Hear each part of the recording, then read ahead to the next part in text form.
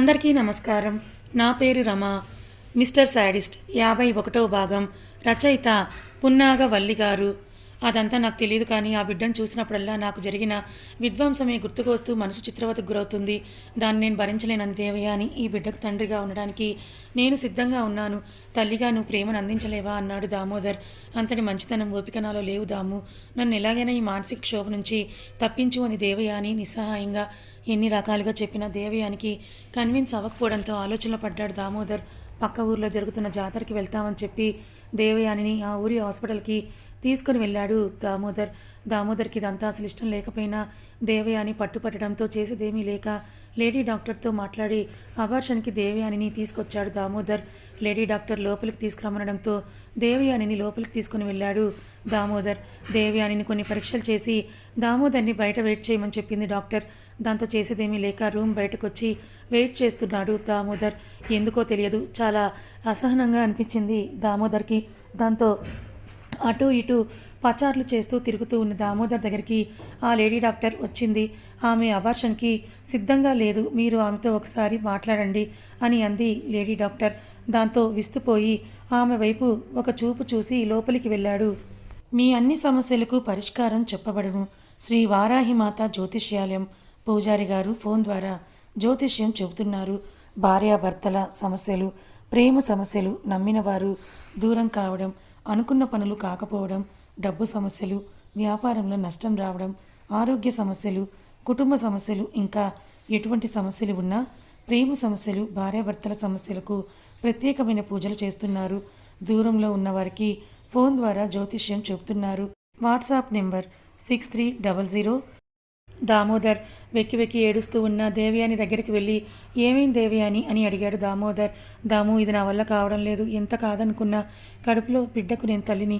వాడెవరో చేసిన తప్పుకి కడుపులో పసికందుని బలి చేయడం నా వల్ల కావడం లేదంటూ కన్నీళ్ళు పెట్టుకుంది దేవయాని తన మనసులో పడుతున్న సంఘర్షణ గ్రహించిన దామోదర్ ఆమెను గ్రిడ్డలకు హత్తుకున్నాడు. దాము, నీకు నేను పిచ్చిదానిలా కనిపిస్తున్నాను కదూ అని అంది దేవయాని. అలా ఎందుకు అనుకుంటావు దేవయాని అన్నాడు దామోదర్. ఒకసారి బిడ్డని వద్దని, మరొకసారి బిడ్డ కావాలని ఇలా నీ మనోభావాలతో ఆడుకుంటున్నాను కదూ అంది దేవయాని. అలా ఏం అనుకోవద్దు దేవయాని. ఒక ఆడదానిగా నువ్వు పడుతున్న మానసిక సంఘర్షణ నేను అర్థం చేసుకోగలను. ఆ రాక్షసుడిపై ఉన్న కోపంతో ఆ బిడ్డను కాదనుకుంటున్న నువ్వే మాతృహృదయం పొంగుకు రావడంతో అదే బిడ్డను కావాలని కూడా అనుకుంటున్నావు కదా. ఈ మాత్రం నేను అర్థం చేసుకోగలను అని అన్నాడు దామోదర్. దాంతో నాకు ఏం నిర్ణయం తీసుకోవాలో అసలు అర్థమే కావడం లేదు దాము అని అంది దేవయాని అయోమయంగా దామోదర్ వైపే చూస్తూ. నా మాట మీద నమ్మకం ఉంచు.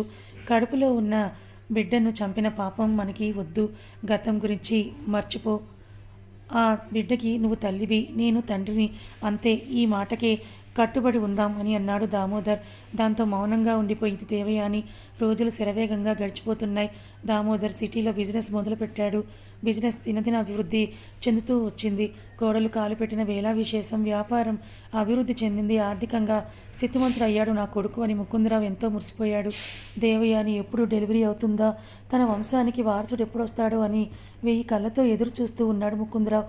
దామోదర్ చిన్నప్పుడే తల్లిపోవడంతో తల్లి తండ్రి అంతా తానే పెంచాడు ముకుందరావు దామోదర్ని. కానీ అతనికి వంశం అన్న, వంశ పేరు ప్రతిష్ట అన్న చాలా పట్టింపు ఎక్కువ. ఆ విషయం తెలుసు కాబట్టే దామోదర్ దేవయాని కడుపులో బిడ్డకి తాను తండ్రి కాదన్న విషయాన్ని తండ్రికి కూడా తెలియనివ్వలేదు. ఆ బిడ్డ తన బిడ్డే అన్నట్టుగా అందరినీ నమ్మించాడు దామోదర్. దేవయాని కూడా మౌనంగా ఉండిపోయింది. చూస్తూ ఉండగానే 9 నెలలు నిండడంతో పండంటి మగబిడ్డకు జన్మనిచ్చింది దేవయాని. నా వంశానికి వారసుడు పుట్టాడు అని ముకుందరావు ఎంతో పొంగిపోయాడు. ఊరు వాడ చూసి ముక్కును వేలేసుకున్నట్టుగా ఆడంబరంగా బారసాల కార్యక్రమాన్ని జరిపించాడు ముకుందరావు. ఆ పిల్లకి అంతర్ మాలిక్ అని పేరు పెట్టుకున్నాడు ముకుందరావు. పిల్లవాడి ఆలనా పాలనా చూడడంలో దేవయాని పూర్తిగా మునిగిపోయి తన గాయాలను కూడా పూర్తిగా మర్చిపోసాగింది. ఆ పిల్లవాడే లోకంగా బ్రతికింది. ఈ సమయంలోనే కాపురాన్ని సిటీకి మార్చాడు దామోదర్. దాంతో కాస్త పరిస్థితులు, చుట్టూ ఉన్న వాతావరణం మారడంతో పూర్తిగా ఆ చేదు జ్ఞాపకాన్ని మర్చిపోయి దామోదర్కి దగ్గర అయ్యింది దేవయాని. అంతర్కి సంబంధించిన అన్ని కార్యక్రమాలు చాలా ఘనంగా జరిపించేవాడు ముకుందరావు. దాదాపు అంత 2 సంవత్సరాల వయసులో ఉన్నప్పుడు అతనికి టైఫాయిడ్ జ్వరం వచ్చింది. హాస్పిటల్లో చూపిస్తూనే ఉన్నారు, కానీ ఎందుకో అది తగ్గుముఖం పట్టకపోగా ఇంకా ఎక్కువయ్యి అంతర్ ఆరోగ్య పరిస్థితి సీరియస్గా మారింది.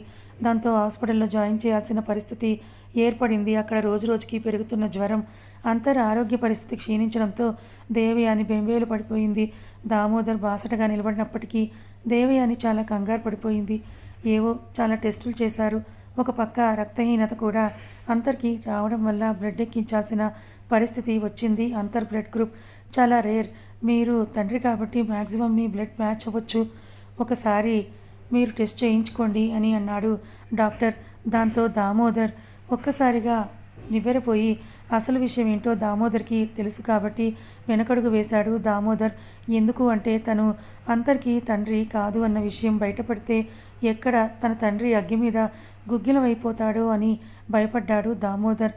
అందుకే దామోదర్ డాక్టర్ ఛాంబర్కి వెళ్ళి చూచాయిగా అతనికి విషయాన్ని చెప్పాడు. పరిస్థితి అర్థం చేసుకున్న డాక్టర్ బ్లడ్ మరో హాస్పిటల్ని తెప్పించే ఏర్పాట్లు చేశాడు. కానీ దురదృష్టవశాత్తు ఆ విషయం ముకుందరావు చెవిన పడింది. దాంతో కాలరుద్రుడిలా మారాడు ముకుందరావు.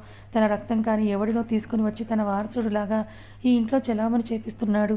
ఈ ఇంట్లో నాకు విలువ లేకుండా చేస్తున్నారంటూ చాలా గొడవ చేశాడు ముకుందరావు. దేవయాని అటు మామగారి ముందు తలెత్తుకోలేని పరిస్థితి, అంతర్ ఆరోగ్య పరిస్థితి రెండూ కలిపి ఆమెని చాలా కృంగదీశాయి. దాంతో దేవయాని ఏమీ మాట్లాడక మౌనంగా ఉండిపోయింది. ముకుందరావు మాత్రం ఇది ఒక నమ్మక ద్రోహంగా పరిగణించాడు. దాంతో ఇక ఆ రోజు నుంచి హాస్పిటల్ రావడమే మానేశాడు ముకుందరావు. దాన్ని కూడా పెద్దగా పట్టించుకోలేదు దేవయాని, దామోదర్. ఏదో ఒక విధంగా పూర్తి ఆరోగ్యంతో అంతర్ ఇంటికి వస్తే అంతే చాలనుకున్నారు. రోజులు అలా గడిచిపోతూ ఉన్నాయి. కొద్ది కాలానికి అంతర్ పరిస్థితి కుదుటపడింది. అంతర్ని డిశ్చార్జ్ చేశారు. సంతోషంగా అంతర్తో ఇంటికి తీసుకొని వచ్చారు అంతర్ని.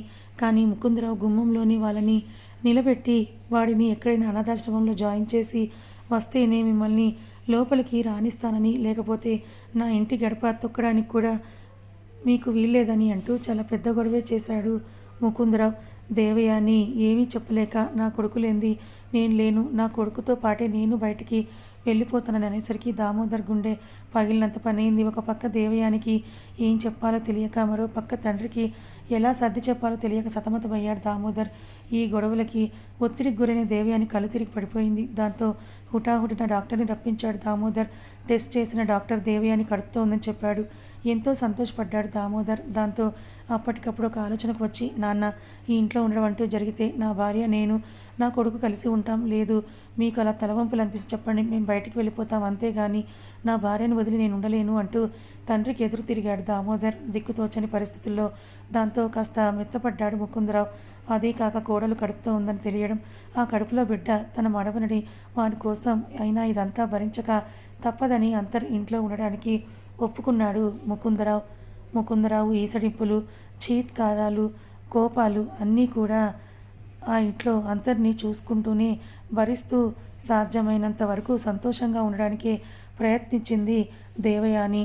అంతలో రఘుపతికి పెళ్లి కుదిరింది అని, పెళ్లికి రావాల్సిందని పుట్టింటి వాళ్ళు వచ్చి దేవయానిని పిలిచారు. కానీ చెడిపోయిన ఆడదాన్ని మా ఇంటి కోడలుగా చేశారన్న కోపాన్ని మనసులో పెట్టుకొని కనీసం తాము వెళ్ళకపోవడమే కాదు, దేవయానిని కూడా తన అన్నయ్య పెళ్లికి వెళ్ళనివ్వకుండా చేశాడు ముకుందరావు. దేవయాని తన పుట్టింటికి వెళ్ళే హక్కు కోల్పోయిందని మనసులోని బాధపడి మౌనంగా ఉండిపోయింది. వీటికి సంబంధం లేకుండా రోజులు గడిచిపోయాయి.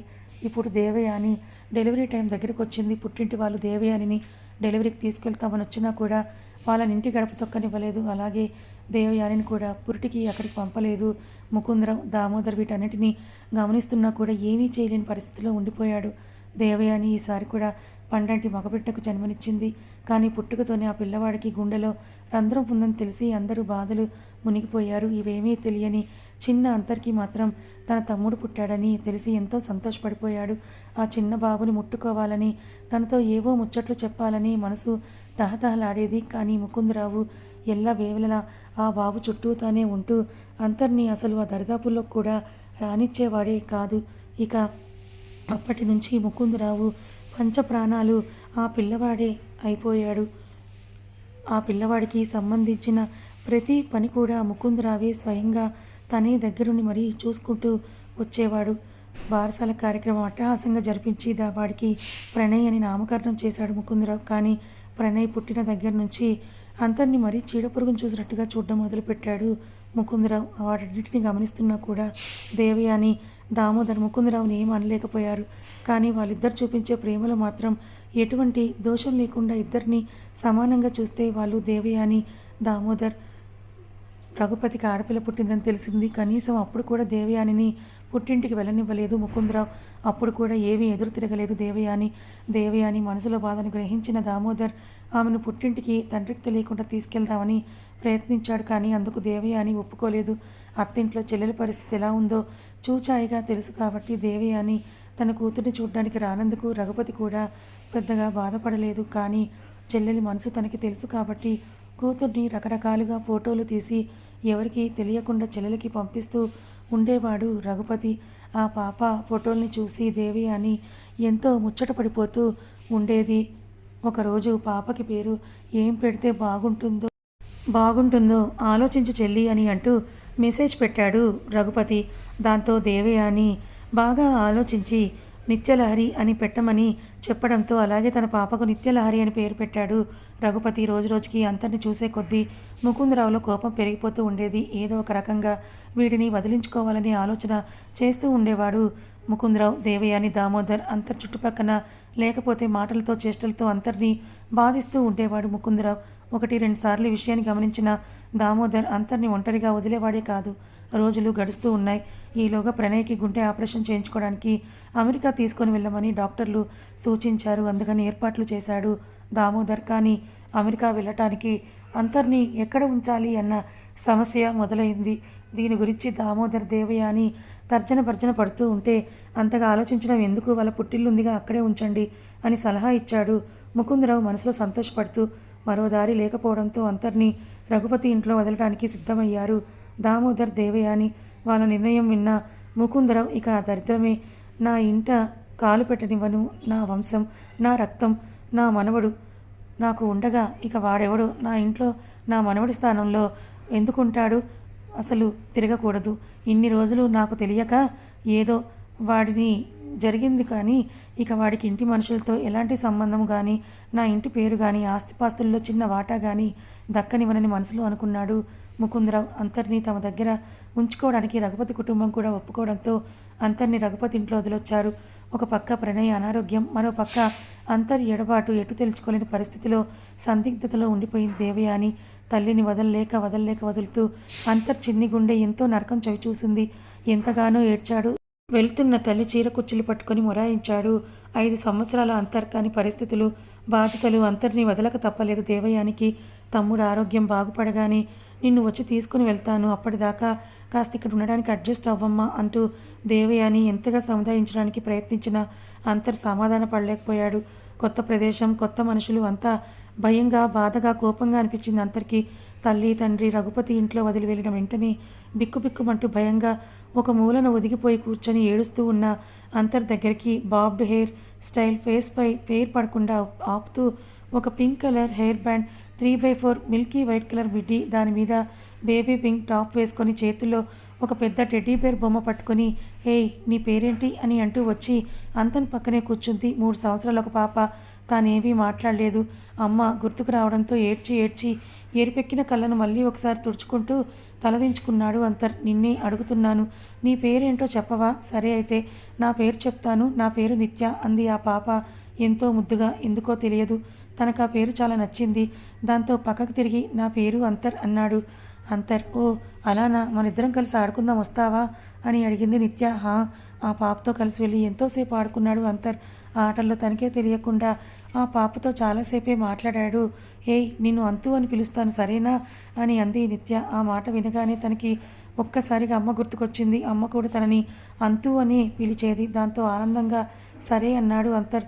ఎంతో అందంగా నవ్వింది నిత్య. ఎవరూ లేరు, ఒంటరినయ్యాను అన్న భావనలో ఉన్న అంతర్కి నిత్య తన స్నేహాన్ని అందివ్వడంతో అంతర్ త్వరగానే అక్కడి పరిస్థితులకి అనుగుణంగా అలవాటు పడిపోయాడు. ప్రణయ్ని తీసుకుని అమెరికాకు వెళ్ళిన దామోదర్, దేవయాని ఇక రఘుపతి భార్య కవితకు అయితే ఎప్పుడూ అంతర్ని బయటవాడిలా చూడలేదు.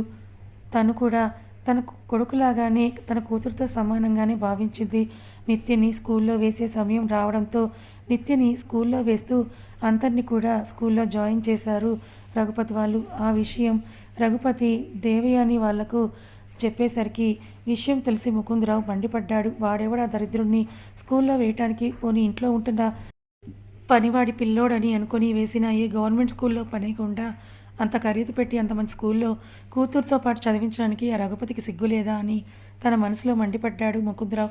ఈ విషయం తెలిసిన దామోదర్ మాత్రం మనస్ఫూర్తిగా సంతోషపడ్డాడు. ప్రణయ్ ఆరోగ్యానికి సంబంధించి బాధలో ఉండి అంతర్ స్కూల్ విషయమే అసలు తనకు గుర్తు రాలేదు. అలాంటిది రఘుపతి అంతర్ని మంచి ఆలోచించి తన కూతురితో పాటుగా స్కూల్లో వేయడం ఎంతగానో ఊరటనిచ్చింది దామోదర్కి. దేవయాని అయితే మనసు సంతోషంతో నిండిపోయింది. ఒక పక్క ఇండియాలో అంతర్ని అన్నగారు స్కూల్లో వేయటం, మరొక పక్క ప్రణయ్ ఆరోగ్యం కూడా కుదుట పడుతుండడంతో అమెరికాలో ఆమె కాస్త మనశ్శాంతిగా ఉంది. దామోదర్ దేవయాని అమెరికా వెళ్ళి సంవత్సరం అవుతోంది. అయినా వాళ్ళు అక్కడే ఉండవలసిన పరిస్థితి ఏర్పడడంతో అంతర్ రఘుపతి కుటుంబం దగ్గరనే ఉండిపోయాడు. రక్షాబంధన్ వచ్చింది. స్కూల్లో మిగిలిన వాళ్ళు తన అన్నయ్యలకు తమ్ముళ్లకు రాఖీ ఎలా కట్టామని వాళ్ళు తమకి ఏమేమి గిఫ్ట్లు ఇచ్చారో అన్న సంగతి చెప్తూ ఉండడంతో అది విని తనతో ఎవరు రాఖీ కట్టించుకోవడానికి లేదని నిత్య స్కూల్ నుంచి రాగానే ఏడవడం మొదలుపెట్టింది. అది చూసిన కవిత రఘుపతికి ఏం చేయాలో తోచలేదు. కానీ ఆ రాఖీ ఏదో నాకు కట్టమరా అని పిలిచాడు రఘుపతి. లేదు, మా ఫ్రెండ్స్ అందరూ కూడా వాళ్ళ అన్నయ్యలకే కట్టారు, నాకే ఎవరూ లేరంటూ ఏడవడం మొదలుపెట్టింది నిత్య. అదంతా చూసిన అంతర్ ఒక్కసారిగా రాఖీ తీసుకువచ్చి, నిత్య నేనే నీకు ఫ్రెండ్ అయినా అన్నయ్య అయినా కాబట్టి నాకు రాఖీ కట్టు అని అన్నాడు అంతర్. ఆ మాటలు విన్న కవిత, అయ్యో నీకు రాఖీ కట్టకూడదురా, నువ్వు నిత్యకు బావు అవుతావు అని అంది కవిత. ఆ మాటలు విన్న రఘుపతి, కవిత నువ్వేం అభ్యంతరం పెట్టకు, మొదటి నుంచి వాళ్ళు స్నేహితుల్లాగానే మెదిలారు, అలాంటప్పుడు వాళ్ళ మధ్యలో వరుసలు కలిపి లేనిపోయిన అపార్థాలకు తావివ్వకు అన్నాడు రఘుపతి. దాంతో కవిత ఏమీ మాట్లాడలేదు. సంతోషంగా రాఖీ అంతర్కి కట్టింది నిత్య. మరి నాకు బహుమతి ఏమిస్తావని అడిగింది నిత్య. నిత్య, వాడు కూడా నీలాగే చిన్నపిల్లవాడు కదా, బహుమతులు అడిగితే ఏమిస్తాడు వాడు, ఉద్యోగం వచ్చిన తర్వాత అప్పుడు నీ వడకకు ముందే బహుమతులు ఇస్తాడులే అన్నాడు రఘుపతి. ఆ మాటకి అలా ఏమీ లేదు మావయ్య, నేను నిత్యకి తప్పకుండా బహుమతి ఇస్తాను అంటూ రఘుపతి తనకు అప్పుడప్పుడు ఏమైనా కొనుక్కోమని ఇచ్చిన డబ్బులు దాచినవన్నీ కూడా ఒక చిన్న డబ్బాలో వేస్తూ ఉండేవాడు.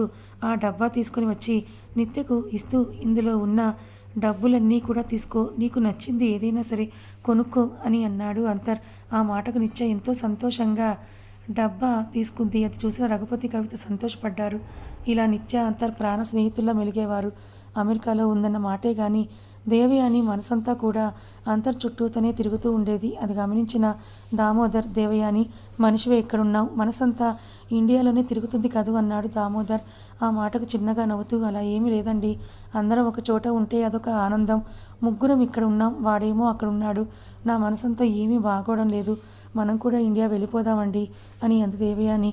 దేవయాని నీకు తెలియంది కాదు, ఇండియా వెళ్ళడానికి ఎంతో ప్రయత్నిస్తున్నాను కానీ ఎప్పుడు ఏదో ఒక అవాంతరం వస్తూనే ఉంది. దానికి తోడు కొత్తగా ఇక్కడ కూడా ఒక బ్రాంచ్ ఓపెన్ చేయడంతో పని ఒత్తిడి మరి కాస్త పెరిగింది. కాస్త పరిస్థితులు చక్కబడిన తర్వాత ఇండియాకి వెళ్ళిపోదామన్నాడు దామోదర్. దానికోసం ఎంతో ఎదురు చూస్తూ ఉన్నాను అని అంటూ కాఫీ తీసుకొని వస్తానని చెప్పి కిందకి వెళ్ళిపోయింది దేవయాని. తల్లి మనసు ఎన్ని సముద్రాలు అవతల ఉన్నా సరే అది బిడ్డల చుట్టూ తిరుగుతూనే ఉంటుంది అని అనుకుంటూ, నిజానికి మనతో పాటే అంతర్ని కూడా అమెరికాకి తీసుకొని రావడానికి అన్ని ఏర్పాట్లు కూడా చేశాను. కానీ ఆఖరి నిమిషంలో ఏం జరిగిందో ఎలా జరిగిందో తెలియదు. కానీ వీసా మిస్ అయ్యింది వాడిది. ఏం చెయ్యాలో తెలియక సతమతమవుతున్న నా దగ్గరకు నాన్నగారు వచ్చి అంతర్ని రఘుపతి ఇంట్లో విడిచిపెట్టమని చెప్పారు. అప్పటికదే సమంజసంగా అనిపించి అలాగే చేశాను. కానీ ఆ తర్వాత తెలిసిన విషయం ఏంటంటే అంతర్ వీసా కావాలని నాన్నగారు దాచేశారని.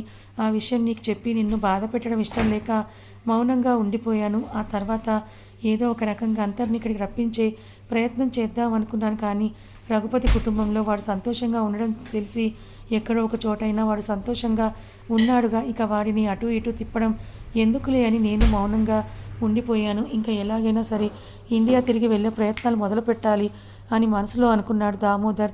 చూస్తూ ఉండగానే 15 సంవత్సరాలు గడిచిపోయాయి. ప్రణయ్ పూర్తి ఆరోగ్యవంతుడయ్యాడు. అమెరికాలోని స్కూలింగ్ మొత్తం కంప్లీట్ చేశాడు. సడన్గా ఒకరోజు దామోదర్, మనకి ఇండియాకి వెళ్ళటానికి అన్ని ఏర్పాట్లు చేశాను, వారం రోజుల్లో బయలుదేరాలి అని చెప్పడంతో దేవయాని సంతోషానికి అవధులు లేకుండా పోయింది. దేవయాని సంతోషాన్ని చూస్తూ ఒక్క మాట కూడా మనం ఇండియా వస్తున్నట్లుగా ఎవరికీ చెప్పకు అన్నాడు దామోదర్. ఎందుకండి అని అడిగిన దేవయాని. వాళ్ళని సర్ప్రైజ్ చేద్దాం అన్నాడు దామోదర్. కథ ఇంకా ఉంది.